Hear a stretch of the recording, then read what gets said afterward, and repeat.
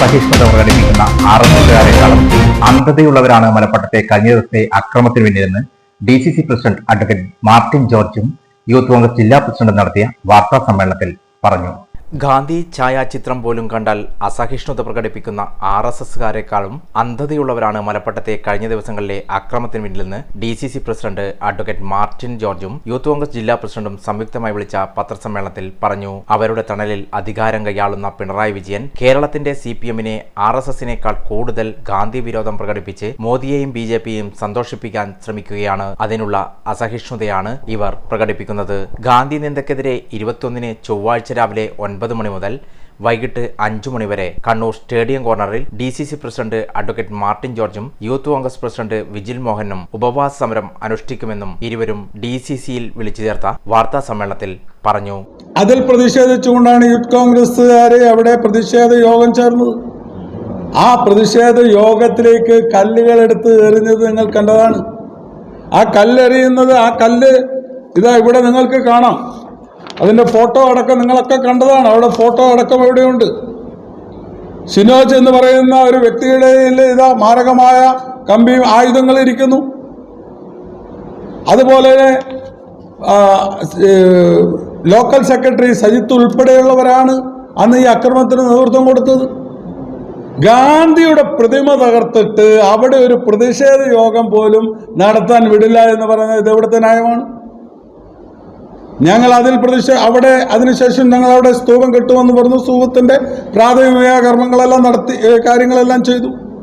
നമ്മൾ ഇന്നലെ പ്രതിഷേധ പ്രകടനം അവിടെ രാഹുൽ, യൂത്ത് കോൺഗ്രസിൻ്റെ സംസ്ഥാന പ്രസിഡന്റ് രാഹുലിൻ്റെ പദയാത്ര, ആ പദയാത്ര ഈ നടന്ന സ്ഥലത്തുനിന്ന് മലപ്പട്ടത്തേക്ക് പദയാത്ര നടത്തി. ആ പദയാത്രയെ അവരുടെ ഓഫീസിൻ്റെ അടുത്തെത്തുമ്പോൾ പദയാത്രയ്ക്ക് നേരെ അക്രമം അഴിച്ചുവിടുന്നു.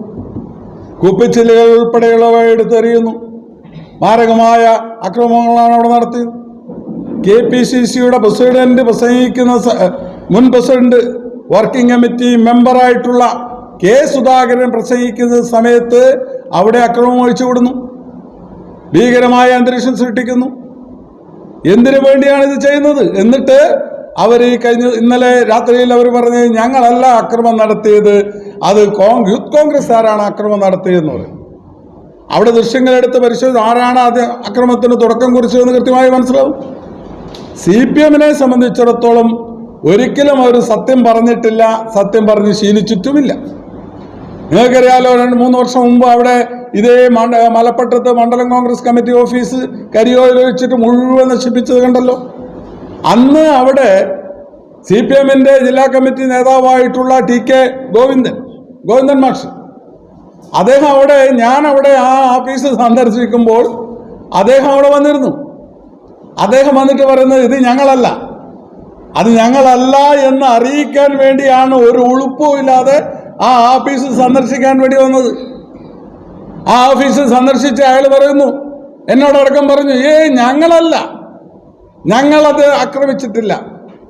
പക്ഷേ നിങ്ങൾ മനസ്സിലാക്കേണ്ടത് 3 CPMകാരെ CCTV ഉണ്ടായിരുന്നു.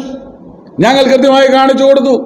3 CPMകാരെ അറസ്റ്റ് ചെയ്തു, 3 CPMകാരെ ജയിലിലടച്ചു.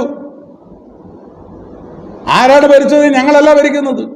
CPM പിണറായി വിജയന്റെ പോലീസ് തന്നെയാണ് അറസ്റ്റ് ചെയ്യേണ്ട സാഹചര്യമുണ്ടായി. CCTV ദൃശ്യങ്ങൾ കൃത്യമായി തെളിവ് നടത്തി. ഞങ്ങളല്ലെങ്കിൽ മറ്റ് നടപടികൾ സ്വീകരിക്കുമെന്ന് പറഞ്ഞപ്പോൾ അറസ്റ്റ് ചെയ്യേണ്ടി വന്നു, അവർ ജയിലിൽ പോകേണ്ടി വന്നു. കള്ളത്തരം എപ്പോഴും പറഞ്ഞുകൊണ്ടിരിക്കുകയാണ്. ഓരോരോ കൊലപാതകം നടക്കുമ്പോഴും കള്ളത്തരല്ലേ പറയുന്നത്. സുഖൈവിന്റെ കേസ് വന്നപ്പോൾ ഞങ്ങളല്ല എന്ന് പറയുന്നു. അതുപോലെ ശരത്ലാലിന്റെ കൃപേഷിന്റെ കേസ് കൊലപാതകം നടന്നപ്പോൾ ഞങ്ങളല്ല എന്ന് പറയുന്നു. ആരാണ് ജയിലിനുള്ളിൽ കിടക്കുന്നത്? വേറെ പാർട്ടിക്കാരാണ് ജയിലിനുള്ളിൽ കിടക്കുന്നത്? CPMന്റെ ഉന്നതരായ നേതാക്കന്മാരല്ലേ ജയിലിനുള്ളിൽ കിടക്കുന്നത്? എല്ലാ കേസിലും ഇതെന്നെ TP ചന്ദ്രന്റെ കേസൊന്നും ഞങ്ങളല്ല. എന്ത് നാണക്കേട്! ഇത് പറയാൻ ഒരു സ്റ്റേറ്റ് ലീഡർഷിപ്പ് ഉൾപ്പെടെയുള്ളവരാണ് ഇത് പറയുന്നതെന്ന് കേൾക്കുമ്പോൾ അവർക്കൊരു സത്യത്തിൽ അവരോട് പുച്ഛം തോന്നുകയാണ്. ഇതൊക്കെ ചെയ്തിട്ട് ഞങ്ങളല്ല എന്ന് പറയുന്നതിന് ഒരു മടിയുമില്ലാതെയാണ് പറയുന്നത്. ഇന്നലെ അവിടെ CPMന്റെ നേതാക്കന്മാരാണ് അവിടെയുള്ളത്. അവരുടെ സാന്നിധ്യത്തിൽ തന്നെയാണ് ചെയ്യുന്നത്. ഇതിൽ ഏറ്റവും പ്രധാനപ്പെട്ട ഒരു വിഷയം എന്ന് പറയുന്നത് പോലീസിന്റെ ഒത്താശയാണ്. ഇന്നലെ രാത്രി ഞാൻ കമ്മീഷണറെ വിളിച്ചിട്ട് ഞാൻ പറയുമ്പോൾ കമ്മീഷണറോട് പറഞ്ഞു അവിടെ സ്തൂപം വീണ് തകർക്കപ്പെട്ടിട്ടുണ്ട്. കമ്മീഷണർ എന്നോട് പറഞ്ഞു ഇല്ല എന്ന്. ഞാൻ പറഞ്ഞു ഉണ്ട്. ഞാൻ അന്വേഷിക്കട്ടെ. ഫോൺ വെച്ച് ഞാൻ വിളിച്ചു. എനിക്ക് പിന്നെ സംശയമായി. ഞാൻ കൃത്യമായി കാണുന്നതല്ലേ, എന്നിട്ടും പിന്നെ ഇദ്ദേഹം കൃത്യമായി പറയുമ്പോൾ നമുക്കൊരു സംശയം വന്നു. ഞാൻ അന്വേഷിച്ചു. ഞാൻ അവിടെയുള്ള ബ്ലോക്ക് പ്രസിഡന്റും അത് ബന്ധപ്പെട്ടിട്ട് അത് നേരിട്ട് കണ്ടവരെ ഫോട്ടോ എടുത്ത് അയക്കാൻ പറഞ്ഞു. കൃത്യമായി പൊളിഞ്ഞു കിടക്കുന്നു. അപ്പോൾ വെച്ചപ്പോൾ എന്താണ് അതിന്റെ കാരണം എന്നറിയോ നിങ്ങൾ? കൃത്യമായ റിപ്പോർട്ട് പോലീസുകാര് CI ആയാലും DYSP ആയാലും ആരും മുകളിലോട്ട് കൊടുക്കുന്നില്ല. എല്ലാം മറച്ചു വെക്കുകയാണ്. പോലീസ് ഇന്നലെ കാണിച്ചത് ശുദ്ധ തോന്നിവാസമല്ലേ പോലീസ് കാണിച്ചത്? പോലീസ് നോക്കി നിൽക്കുകയല്ലേ? അപ്പോൾ എന്നോട് കമ്മീഷണർ പറഞ്ഞത് ഈ സനീഷിന്റെ വീട്ടിന് പ്രൊട്ടക്ഷൻ ആണെന്നാ പറഞ്ഞത്. അവിടെ നിറച്ച് പോലീസാണ്.